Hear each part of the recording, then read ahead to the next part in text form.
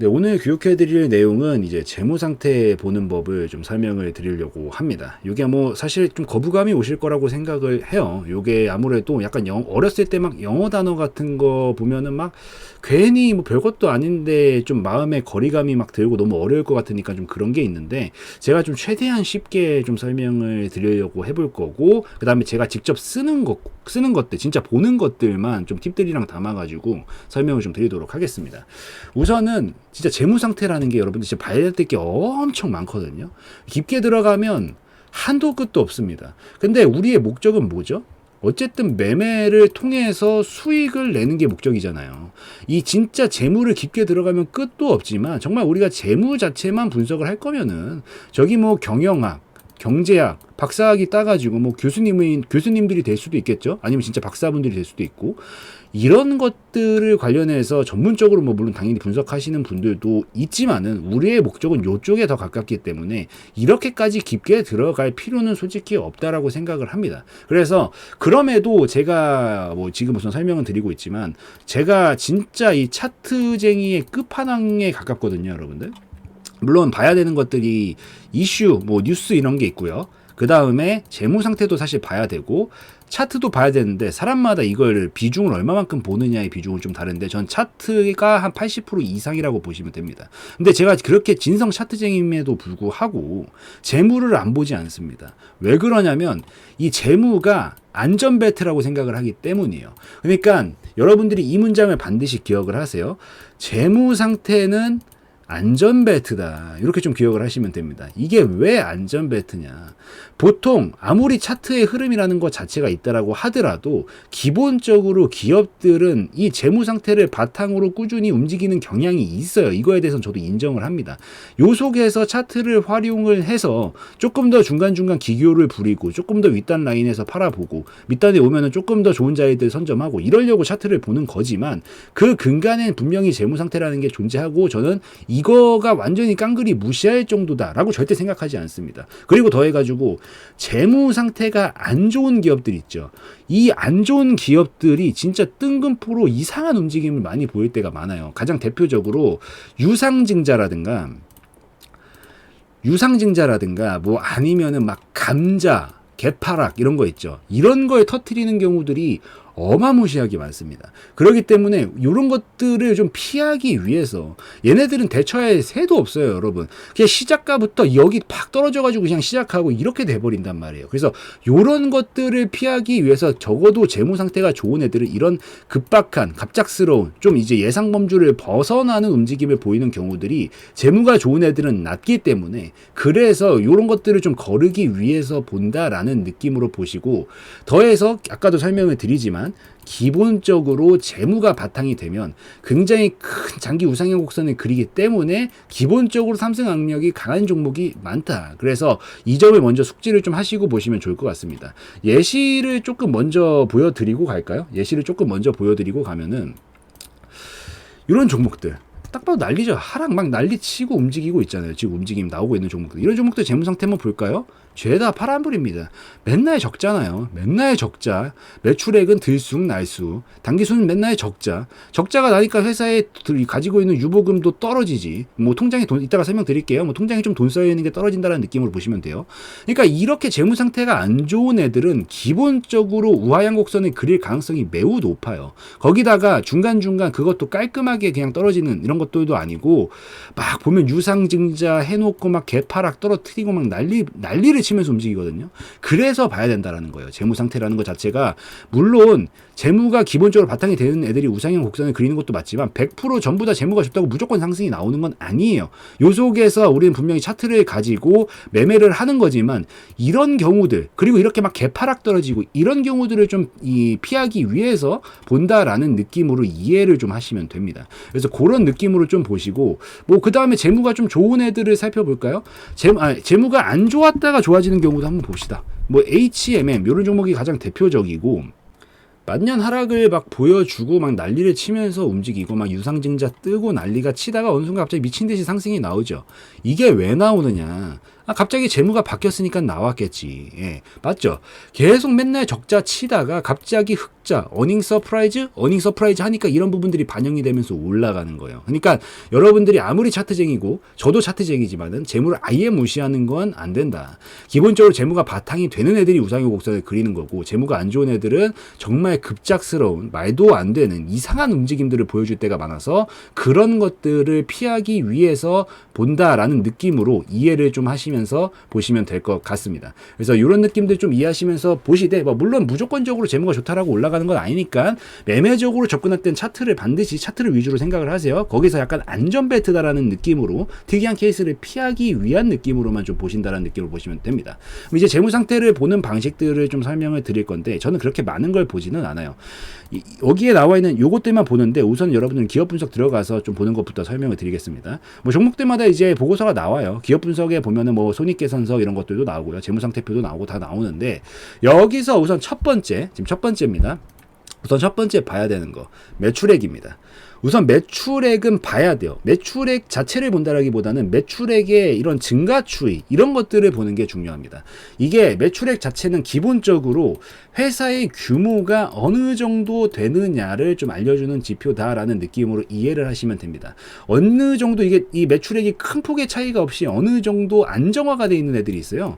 얘네들은 성장기에 있다라기보다는 이제 캐시카우, 약간 성장은 멈췄고 이제 어느 정도 끝단까지 발전 상황이 올라왔기 때문에 여기서 그냥 수익만 계속, 이익만 계속 나오고 있는 상황인 애들이 있고요.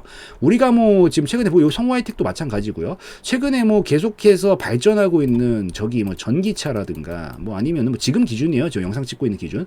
아니면 AI라든가 이렇게 뭔가 발전하고 있는 업종들 같은 경우에는 매출액이 이런 식으로 계속 증가 추이를 보이면서 가는 경우들이 굉장히 많습니다. 그래서 매출액은 어쨌든 회사 규모 사이즈를 보는 거구나라고 좀 보시면 되고, 여기서 증가 추이를 보이고 있다라고 하면은 당연히 폭발적으로 계속 성장하고 있다는 얘기이기 때문에 더 좋은 신호로 볼 수가 있다라고 좀 보시면 됩니다. 그래서 기본적으로 증가세 위주로 보시고, 갑작스럽게 큰 폭으로 줄어드는 경우들이 좀 있거든요. 이런 경우들은 이유가 분명히 있을 거예요. 이게 진짜 안 좋은 이유, 악재가 될 만한 이유다라고 하면은 예를 들어 가지고 우리 이런 걸로 합시다. 예시예요. 우리가 옛날에 이제 지금은 스마트폰이 나왔기 때문에 사실 음악도 다 핸드폰으로 듣지만 엄청 옛날엔 MP3 이런 걸로 들었잖아요. 이 MP3 산업이 막 성장하고 있다 갑자기 매출액이 왜 줄었겠어요? 스마트폰이 등장하면 줄어들겠죠. 이런 기업들이, 그러니까 이런 이유들이 있어요. 갑자기 줄어든 애들은 좀 눈여겨봐야 되는 거니까 이 이유가 뭔지, 납득이 가능한 이유인지, 아니면 코로나 같이 갑작스럽게 막 사람들이 영화관 산업 이런 것들 특히나, 그러니까 그런 것들 같이 이런 대외적인 변수가 납득이 가능하다면 상관이 없는데 그게 아니다라고 하면은 좀 위험도가 높아질 수 있으니까 갑작스럽게 줄어든 부분들은 반드시 좀 체크를 해보시고, 요 매출액은 증가 추이냐 아니면 유지 정도 하고 있어도 캐시카우다라고 하면은 괜찮으니까 이런 것들 회사 규모를 좀 알려주는 지표다라고 좀 보시면 될 것 같습니다. 그리고 이제 매출액은 여기까지 설명을 드리고, 그 다음 봐야 되는 게 뭐냐, 여기 나와 있는 영업이익, 당기순이익, 이 두 가지는 꼭 보셔야 됩니다. 꼭 이게 가장 전 중요하다고 생각을 합니다. 우선 다른 재무 상태들도 중요하지만 우선 회사의 본질이 뭐예요? 기업의 본질이 뭐죠? 돈을 버는 거예요. 기업은 돈을 벌려고 존재한다라고 보시면 돼요. 자본주의에서 기업을 왜 차리는데? 돈 벌려고 버는 거거든요. 차리는 거거든요. 이 기본적으로 기업의 본질은 돈을 벌어야 되는데 그거를 성실히 잘 이행을 하고 있는지를 나타내는 지표가 이 영업이익이랑 당기순이익이다라고 좀 보시면 됩니다. 당연히 최근 추이가 흑자를 유지를 해주고 있어야 돼요. 만약에 여기서 적자가 나고 있다라고 하면 그 이유에 대해서 반드시 찾아보시고, 특히나 이 3년 연속 적자가 나기 시작하면은 코스닥 같은 경우에는 이 관리 종목으로 편입이 되거나 여기서도 해결이 안 된다라고 하면은 거래 정지, 상장 폐지 여기까지 갈 수 있기 때문에 최근에 적자인 것들은 될 수 있으면 절대 건드리지 않는다. 아무리 차트가 마음에 들어도 적자가 계속 기록되고 있다면 2년째부터 좀 위험해지거든요. 3년째부터는 진짜 위험하고요. 그래서 적자를 기록 중이면 무조건 그냥 피한다라고 보시면 됩니다. 물론 예외 상황도 좀 있기는 해요. 예를 들어서 이런 신라젠 같은 옛날에 종목들이 있어요. 사실 신라젠 뿐만이 아니라 대부분의 여기서부터 여기까지 끌어올린 게 보시면은 1300% 올렸어요. 1300%. 그러니까 13배, 14배 올렸다고요. 14배를 올렸는데 재무 상태를 보면은 개판 5분 전입니다. 완전히 그냥 맨날 적자예요. 근데도 한파동은 올렸어요. 이게 사실 제약바이오에서 이런 경우들이 특히나 훨씬 많거든요. 왜 그러냐면 이 제약바이오 업종이라는 것 자체는 사실 진짜 기대감을 가지고 움직이는 업종이에요. 이 미래에 이 신약 개발하는 거 진짜 어렵거든요. 물론 다른 것들도 어렵지만. 그러니까 예를 들어서 우리 뭐 그래요. 탈모라고 합시다. 사람들 막 탈모 가지고 고통받잖아요. 이거 완전히 치료가 되나요? 안 되죠. 근데 어떤 기업이 탈모 치료제에서 효능을 발견했대. 이거 좀 발전시키면 될 것 같대. 미래에 이건 엄청난 떼돈을 벌 수 있을 거거든요. 그러니까 이런 기대감을 가지고 움직이는 게 제약바이오 업종이기 때문에, 특히나 제약바이오는 이렇게 맨날 영업적자, 단기순적자 나는데도 올라가는 경우들이 굉장히 압도적으로 많은 업종이에요. 근데 여러분들이 그래요. 여기까지 제약바이오는 조금 더 감안하는 폭이 크긴 큽니다. 크긴 큰데 그래도 계속 적자면 어떻게 되는 줄 아세요? 기업의 본질에서 어긋나는 행위죠. 결국에는 무너집니다. 그러니까 한파동은 충분히 만들 수 있어요. 재무가 안 좋아도, 영업이익이 안 나와도 만들 수는 있어요. 근데 결국 그 끝에서 무너집니다. 못 받아주면 재무가. 그래서 재무를 봐야 되는 거예요. 신라제는 결국 이렇게 됐죠. 이때 당시에 같이 움직였었던 2대 상맥 중에 하나가 신라젠이었고 또 하나가 뭐냐, 제약바이오 중에 셀트리온이죠. 셀트리온은 아직도 상승하고 있어요. 왜 상승이 나와요? 얘는 재무가 기가 막히거든요. 무너질 이유가 없거든요. 한파동은 그래, 재무가 나빠도 어떻게든 만들 수 있다 치지만 재무가 계속 좋으면 계속 꾸준히 갈 수 있거든요. 그래서 제약바이오에 한해서만 좀 어느 정도 영업이익, 당기순이익이 안 나와도 좀 잘 올라가는 큰 파동을 만드는 경우들이 있지만, 그마저도 끝에 재무가 바탕이 안 되면 무너질 가능성이 높으니까 얘도 반드시 보기는 봐야 된다라는 점을 좀 기억을 하시면 좋을 것 같습니다. 그래서 어찌되었든 영업이익이랑 당기순이익은 항상 될 수 있으면은 흑자를 유지 중인 종목들 위주로 여기 안에서 타점을 잡으시려고 노력을 하는 게 좋다라고 보시고, 특히나 영업이익이나 당기순이익이 어닝 서프라이즈급으로 터진다라고 하면은 이런 부분들이 미리부터 선반영되면서 강하게 움직이는 경우들이 굉장히 많으니까 매우 중요하고, 그냥 본질이에요. 여러분들 그냥 기업의 본질이니까 잊지 마시고 어렵게 생각할 거 없어요. 돈 못 버는 기업은 존재 가치가 없다라고 생각하셔도 됩니다. 솔직하게 말씀드려서. 그래서 영업이익과 당기순이익은 반드시 흑자가 나고 있는 것들만 보시면 된다라고 좀 말씀을 드리도록 할게요. 여기서 이제 꿀팁, 아까도 좀 설명드렸지만 3년 연속 적자가, 영업 적자가 나기 시작을 한다. 이거는 매우 위험한 신호입니다. 여기서 한두 번만 더 적자 나기 시작하면은 그때부터는 관리 종목 막 편입되고 재수가 더 안 좋으면은 상장 폐지까지도 가요. 그렇기 때문에 이런 부분들은 반드시 피해야 된다 기억을 하시고, 큰 폭으로 막 이렇게 잘 나오고 있다가 이것도 아까 매출액이랑 마찬가지로 갑자기 적자가 발생할 때가 있어요. 중요한 신호거든요. 이런 것들이 나오면은 항상 찾아보라고 했죠. 아까도 이 매출액을 설명드릴 때 이유가 납득 가능하면 상관없지만 납득이 불가능하면 뭔가 큰 문제가 있을 수 있다라는 얘기니까, 갑자기 적자가 크게 발생했다면 그 이유가 뭔지 반드시 찾아보시고, 보통 대부분 이런 경우는 막 보시면은 이렇게 투자를 너무 많이 해가지고 그런 경우들이 발생할 때가 좀 있어요. 이 투자를 해서 적자가 발생한 것까지는 괜찮지만 진짜 본질적으로 영업 활동을 했는데 적자가 막 너무 크게 나가지고 문제가 생기고 있는 거라면 문제가 될 수 있으니까 그걸 좀 기억을 하시면서 보시면 좋을 것 같습니다. 그리고 아까 말씀드렸던 뭐 매출액이랑 이런 것들을 같이 결합해서 보시면, 뭐 예를 들어서 매출액은 막 증가하고 있는 애들이 있어요. 뭐 딴 거 봅시다. 매출액은 막 증가하는데 이 적자가 나는 애들이 좀 있거든요. 이런 것들이 좀 될 수가 있겠죠. 뭐 사실 이것도 완전히 안정적인 건 아닌데, 봐봐요. 이렇게 디커플링이라고 표현할게요. 매출액이 늘어나는데 뭐 오히려 영업이익이 막 줄어들거나 아니면 적자가 나는 경우들이 분명 발생하는 경우들이 있어요. 요거는 물론 피하세요. 우선 기본적으로 영업이익이 흑자가 안 나고 당기순이익이 흑자가 안 나오는 종목들은 그냥 기본적으로 더 가든 말든 우선 피하고 보는 게 상책이긴 한데, 이게 디커플링 되면서 매출액이 막 올라가고 영업이익 떨어지고 당기순이익 떨어지는 경우들이 분명히 있어요. 이 경우는 어떻게 해석을 하시면 되냐면, 매출액 사이즈가 늘고 있다는 건 아까 이 매출액은 회사의 이 규모라고 표현을 했죠. 그러니까 몸집부터 키우는 거예요. 실속은 이거 영업이익이랑 당기순이익이 진짜 실속을 챙긴다라고 보시면 되고, 매출액은 이 몸집을 키운다고 보시면 돼요. 우선은 이건 어떻게 해석을 해야 되냐면, 매출액은 늘어가고 있어. 몸집은 커지고 있는데 실속은 못 챙기고 있는 건 지금 공격적으로, 예를 들어서 어떤 시장이 있어요. 뭐 철강 시장이 있다라고 합시다. 솔직히 철강은 이거 하기 힘들어요. 철강 시장이 있다라고 하면은 이 철강 시장이 새로 생겼을 때 자기가 여기를 싹 다 이 파일을 다 먹고 싶은 거야. 그러니까 지금 당장 이익 포기하고 공격적으로 배팅하면 하면서 우선 매출 사이즈부터 키우는 겁니다. 그 다음에 여기서 그러니까 경쟁 기업들이 많을 거 아니에요. 이런 기업들이 못 들어오게 완전히 매출부터 키워버려가지고 몸집부터 키워놓고 나중에 내가 거의 뭐 독과점까지는 아니더라도 어느 정도 위치를 차지했다면 그때부터 실속 챙기기 위한 전략이다라고 보시면 되거든요. 그래서 그런 경우에 한해서는 이렇게 좀 보시는 건데 거의 대부분 같이 가기는 합니다. 거의 대부분의 경우가. 그래서 요거 좀 기억을 하시면서 영업이익이랑 당기순이익까지도 좀 기억을 해주시면 좋을 것 같습니다. 이렇게 좀 보시면 되고 이제 두 번째까지 끝났죠. 영업이익 당기순이익 가장 중요하다 그랬어요. 요거 보시고 그 다음에 이제 또 보셔야 되는 게 있죠. 그 다음 세 번째로 봐야 되는 게 뭐냐. 이 유보율을 좀 보셔야 됩니다. 보시면은 이 유보율이라는 것 자체가 유보금이라는 게 좀 쌓아놓은 돈들을 얘기를 하는 거거든요. 뭐 다른 종목들도 좀 살펴볼게요. 아까 성우하이텍도 좀 봤고, 이 동문아나텍 여기 들어오셔가지고 뭐 우선 그냥 예시로 보는 거니까요. 뭐 재무비율 들어가서 보시면 이 유보율이라는 게 있어요. 보시면 유보율. 여기 보시면 유보율이 뭐 자본금 분의 유보액 곱하기 100을 한 게 유보율이라고 부르는데 이 그냥 느낌상 너무 어렵게 생각하시면 복잡하니까 그냥 그런 느낌으로 보세요. 이 유보율이라는 것 자체는 우리 개인도 어쨌든 뭐 열심히 일을 하던 뭐 투자를 하던 사업을 하던 열심히 뭔가를 해가지고 돈이 쌓이잖아요. 예, 그거라고 보시면 돼요. 유보금이라는 것 자체가 말 그대로 유보해 놓은 금액이에요. 여기서 이 비율이 높아지기 시작을 한다는 건 점점 쌓이고 있는 돈이 많다라는 얘기겠죠. 그러니까 유보금이 도대체 얼마만큼 쌓여 있느냐가 왜 중요하냐면 이 여러분들도 그러니까 한 명의 개인이라고 생각을 해봅시다.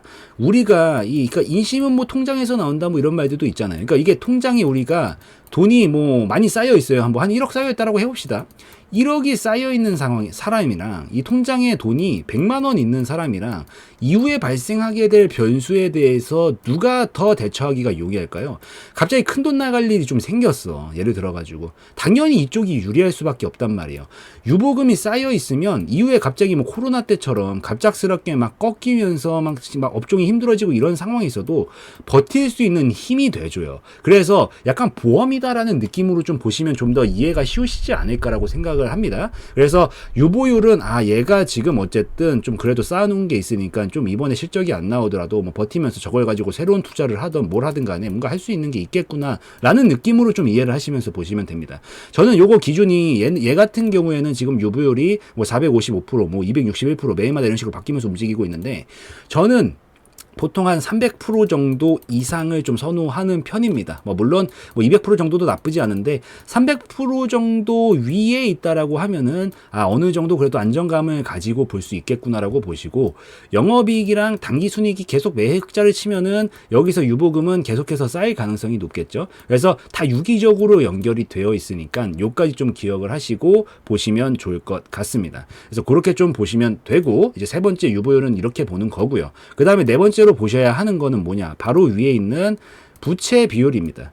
말 그대로 여러분들 자산이라는 거 자체가 물론 우리는 이제 일반적인 개인은 자기 자본만을 자산이라고 말하는 경우들이 많기는 한데 그러니까 그런 거죠. 이 결국 어쨌든 내가 좀 뭐 은행 빚을 껴가지고 뭐 집을 샀다라고 합시다. 이 집도 어쨌든 자산에 포함이 되는 거예요. 빚을 끼고 있어도. 그러니까 이게 부채도 결국 자산에 포함이 된다고요. 근데 일반 개인은 이 비중이 그렇게 높지 않지만 이런 법인들이나 사업체들은 이 레버리지 효과라는 걸 활용하기 위해서 내 돈만 가지고 하는 것보다 끌어와서 썼었을 때 더 폭발적으로 터지는 게 있거든요. 그래서 기업들이 보통 자기 자본만 가지고 하는 경우들은 많지 않고 부채도 좀 껴가지고 진행을 하는 경우들이 압도적으로 많습니다. 근데 그래도 과유불급 너무 많으면 좋지 않겠죠. 그래서 이 자산이라는 것 자체가 결국에는 자기 자본이랑 그리고 부채로 구성이 되어 있는데 여기 자기 자본 말고 이 자산 중에서 부채가 차지하는 비율이 얼마냐를 표현해 준 게 당연히 부채 비율입니다. 이 비율이고 부채 비율 같은 경우에는 저는 이제 한 150% 정도라면 우선 자기 자본보다 부채가 더 많다는 얘기거든요. 근데 150%까지는 그래도 어떻게 좀 볼만하다라고 좀 생각을 하고요. 뭐 200% 이상 나오기 시작하면 는 조금 불안할 수는 있겠다라는 느낌으로 좀 보시면 돼요. 우선 저는 그렇게 판단을 하는데 기본적으로 100% 기준으로라고 하면은 100%다라고 하면은 이 100%가 진짜 부채가 다 있다라는 게 아니라 자기 자본과 부채의 비율이 100%라는 얘기고요. 그러니까 1대1이라는 얘기고 여기서 더 커지면 커질수록 부채 비율로 봤었을 때 부채가 더 많다라는 얘기입니다. 근데 저는 150%까지는 그래도 오케이라고 보는데 막 200%씩 나오기 시작하면 요건 좀 불안하게 보기 때문에 요 정도 수치를 좀 참고하셔서 보시면 좋은데 여기서 꿀팁. 가끔 부채 비율이 보통 그래 봐야 뭐 한 한 뭐 30% 정도 수준에서 150% 정도 수준을 왔다 갔다 하는 경우들이 더 많거든요. 그냥 보시면 거의 대부분 그 정도가 제일 많아요. 보시면은 여기서 또 들어가서 살펴보면은 이 부채 비율도 마찬가지로 얘도 좀 특이한 경우지. 그러니까 이 케이스들이 이따 말씀드릴게요. 지금 말씀드리려는 건데 이 간혹 가다 보면 어떤 애들은 부채 비율이 진짜 말도 안 될 정도로 높은 애들도 분명히 있어요. 그러니까 보통 같으면은 이런 식으로 뭐 100%요 정도를만 유지해주는 경우들이 좀 더 많기는 합니다. 보통 같으면은. 그리고 뭐 또 다른 종목들도 살펴보시면은 이런 종목들도 한번 볼게요. 보면은 어디 갔어요? 부채 비율. 네, 여기 있지. 여기는 18% 안정성이 매우 높네. 18%밖에 안 되고. 그러니까 보통 일반적인 업종은 한 30%에서 한 150% 정도 사이에 있다라고 보시면 됩니다. 되는데 이게 간혹 막 200% 수준이 아니야. 막 300%, 400%씩 되는 애들이 있어요. 진짜로. 가장 대표적으로 무슨 업종들이 있냐면 첫 번째 건축 이런 업종들이 있어요. 두 번째 선박 아니면 뭐 조선 이런 업종들이 있고요. 세 번째 은행, 증권 이러는 겁니다. 얘네들 우선 건축이나 선박 이런 애들 같은 경우에는 자동차도 좀 포함이에요. 자동차도 좀 포함이고 아까 전에 제가 조금 많다라고 했던 거 어디 갔어요? 요런 것들, 그러니까 자동차 관련된 거나 막 그런 애들 같은 경우에는 이게 보시면은 재무비율 들어가서 막 높게 측정되어 있는 경우가 많단 말이에요. 부채 비율 400% 이렇잖아요. 그러니까 이런 애들은 왜 그러냐면 이게 어쨌든 부채가 좀 많이 필요한 업종들이라는 게 있죠. 그러니까 사이즈가 큰 업종들이 있죠. 그러니까 우리 건설도 뭐 한두 푼 가지고 하는 거 아니잖아요. 엄청 사이즈가 큰 거고 뭐 중장비 같은 것들 이런 것들도 마찬가지고 조선 선박도 엄청 사이즈가 크잖아요. 이런 업종들은 특히나 부채 비율이 굉장히 높습니다. 그냥 기본적으로 높게 책정이 돼 있어요. 얘네들은 그러니까 운영하는 업종 자체가 원래 이렇다라는 거죠. 그래서 자동차, 뭐 건축, 중장비, 뭐 조선 이런 것들 딱 생각해 봤었을 때 아, 사이즈가 좀 크다 싶은 애들 있죠. 이런 것들은 좀 부채 비율이 높은 경우들이 그냥 많아도 보통 1년에 다 이런 식으로 얘네 이 업종들은 다 그런 거기 때문에 이런 경우들에 한해서만 좀 다르게 생각을 하시면 되고 그 다음에 뭐 증권 같은 데가 좀 될 수 있겠죠. 뭐 은행이라든가 뭐 아니면 이런 것들 뭐 봅시다. 아무거나 보여드리는 게 더 편하죠. 그래요. 뭐 기업은행 봅시다. 막 기업은행 요 보시면은 그러니까 뭐 예시일 뿐이에요. 보시면은 재무비율 들어가서 부채 비율을 살펴보시면 어디 갔냐요? 여기. 예, 이걸로 봅시다. 부채 비율이 있는데 얘가 좀 업종이 다르다 보니까 부채 비율을 보시면 부채 비율이 1300%입니다. 막 1300%씩 뜬다고요. 부채 비율이. 뭐 다른 것도 볼까요? 은행들 보시면 예. 그래요. 뭐 제주은행 뭐 이런 것도 한번 봅시다. 얘도 1300%야. 얘도 1300%네. 뭐 증권도 볼까요? 증권? 뭐 보시면은 그래요. 뭐 삼성증권 이런 거 봅시다. 뭐 SK증권 봐도 되고. 얘도 보면 막 908% 이렇단 말이에요. 그 다음에 또 어디 갔어요? 뭐 미래에셋증권 이런 것도 보면은 부채 비율이 900%, 920%. 그러니까 이 은행 증권 애들은 왜 부채 비율이 높느냐? 우리가 어쨌든 예금을 하잖아요. 이 예금을 가지고 또 이제 돌리고 하잖아요. 우리가 넣은 예금 이 돈 아니잖아. 우리 거잖아요. 그렇기 때문에 이것도 어쨌든 잠시 맡아두는 거죠. 어떻게 보면은.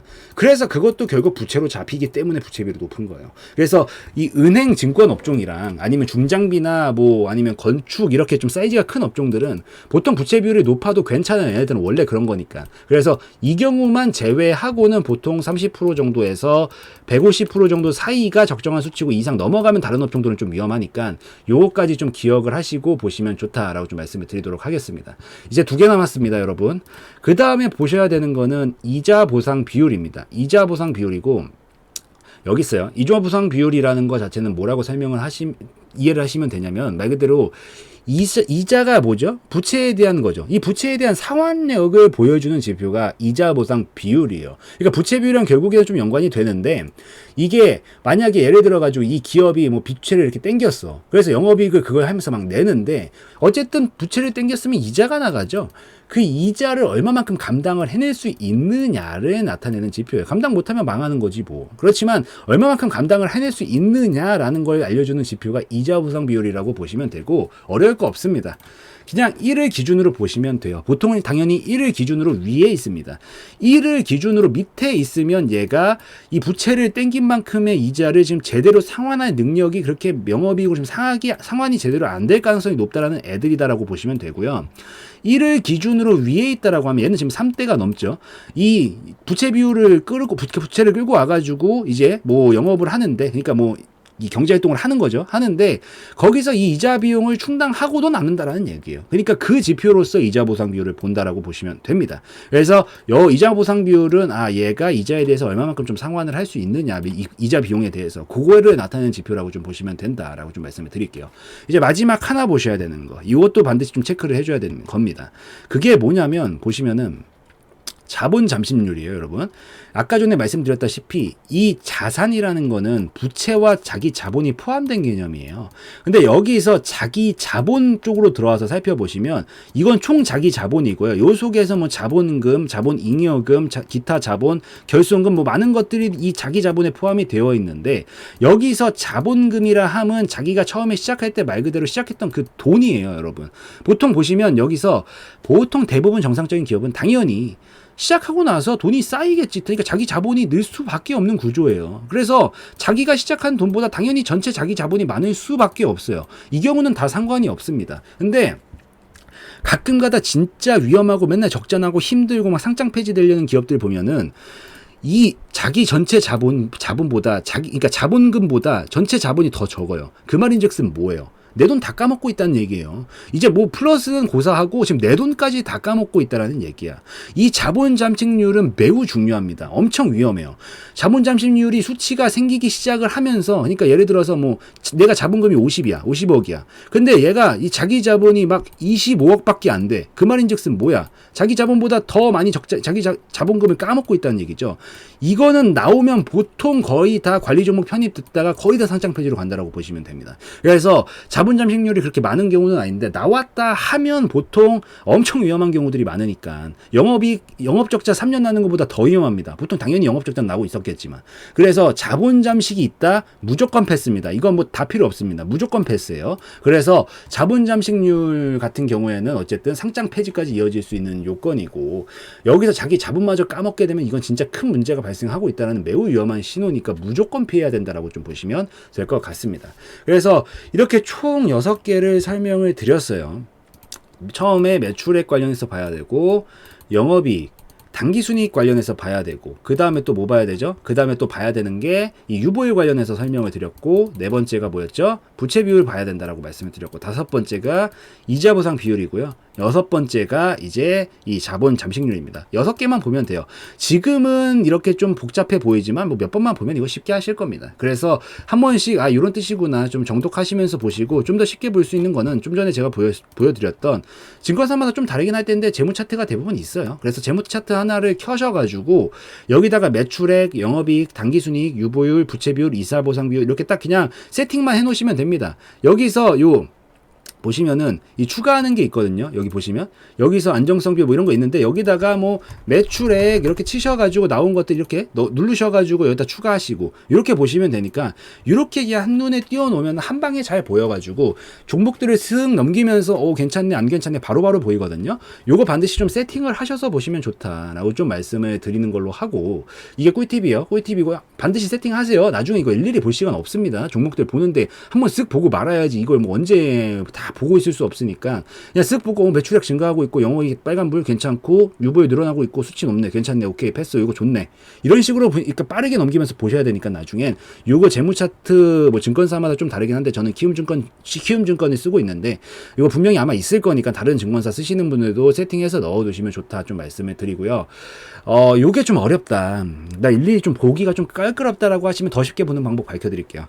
우선은 맹신까지는 아니지만 그래도 확률이 높고, 그냥 사실 이거 뭐 무시까지는 아니지만 그냥 이거 하나 보셔도 어느 정도 해결은 될 겁니다. 그게 뭐냐면, 여기 이게 종목 이렇게 갖다 대시면 여기 신용자 이렇게 써 있고 갖다 대시면 저기 증거금률이라고, 증거금률 40%라고 써져 있는 거 보이세요? 이거 보시면 증거금률 40%라고 결산 12월 여기 오른쪽에 저거 있죠. 종목들마다 이게 다 있어요. 증거금률이라는 게 요것도 40%로 설정이 되어 있고, 그 다음에 요거는 이 보라색으로 되어 있고 이 증거금률 100%라고 되어 있죠.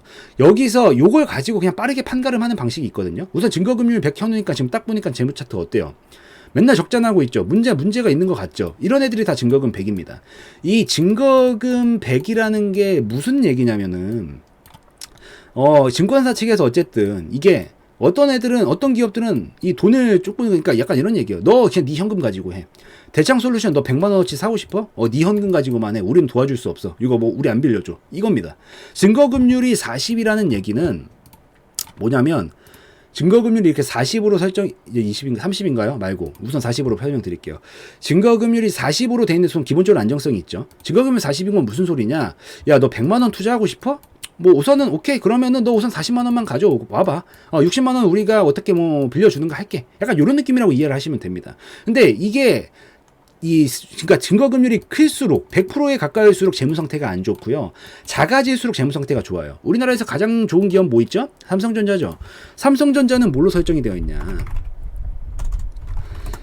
삼성전자는 증거금률이 20%입니다. 20%. 뭔 소리예요?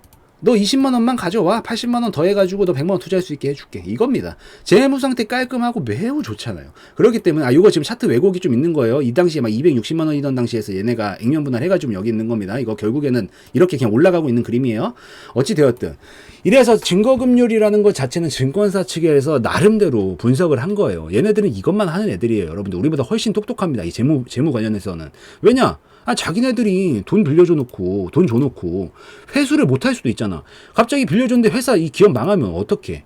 만약에 어떤 기업 망해버렸어. 우리가 해줬는데. 그러면 회수하기가 어려워지겠죠. 그러니까 나름대로 이것만 분석을 하면서 괜찮은 기업들은 요거를 조금 더 이 여유폭을 늘려서 증거금률 20 가지고도 할 수 있게 해주는 거고, 좀 위험해 보이는 애들은 너 안 돼. 우리 이거 못 해주니까 네 돈 가지고만 해. 이렇게 가는 겁니다. 그래서 결국 증권사에서 맨날 이것만 보시고 분석하시는 분들이 이미 사실 다 분석을 해놨어요. 그래서 증권사마다 좀씩 차이는 있을 수 있겠지만 기본적으로 증거금 100인 종목들은 위험한 종목이니까 다 걸으시면 되고요. 증거금 40부터만 보신다라고 40, 30, 20만 보신다라고 하셔도 어느 정도 재무 좋은 것들은 다 걸러내실 수 있으니까 빠르게 보신다라고 하면 요거를 좀 체크하시면서 보시는 것도 한 가지 꿀팁이 될 수 있다라고 좀 보시면 될 것 같습니다. 그래서 재무 좀 오늘은 좀 길게 설명을 드렸는데 이거 한 편으로 끝내려고 좀 길게 설명드렸고요. 한 번씩 좀 정독하시면서 처음에 너무 어렵게 생각하시지 마시고, 그래서 저도 그렇게 어렵게 설명 안 드렸다라고 생각합니다. 이 정도만 보는 거는 간단하다라고 생각을 해요. 그래서 이 정도를 좀 이해하시면서 보시려고 하시고, 그 다음에 이 꿀팁들까지 같이 좀 참고하셔가지고 보시면 더 도움이 되시지 않을까라고 좀 생각을 하기 때문에 이 정도까지 좀 정리를 해드리고, 무엇보다 재무는 왜 본다? 재무 상태는 안전벨트이기 때문에 본다. 어떻게든 특이한 경우들을 좀 피하기 위해서 보는 거기 때문에 반드시 내가 아무리 차트쟁이더라도 무조건 봐야 된다라는 거, 그것까지만 좀 기억을 하시고 보시면 좋을 것 같습니다. 그래서 오늘 재무 상태는 요거 하나로 해서 좀 마무리 짓고요. 또 다음 교육 영상으로 찾아뵙도록 하겠습니다.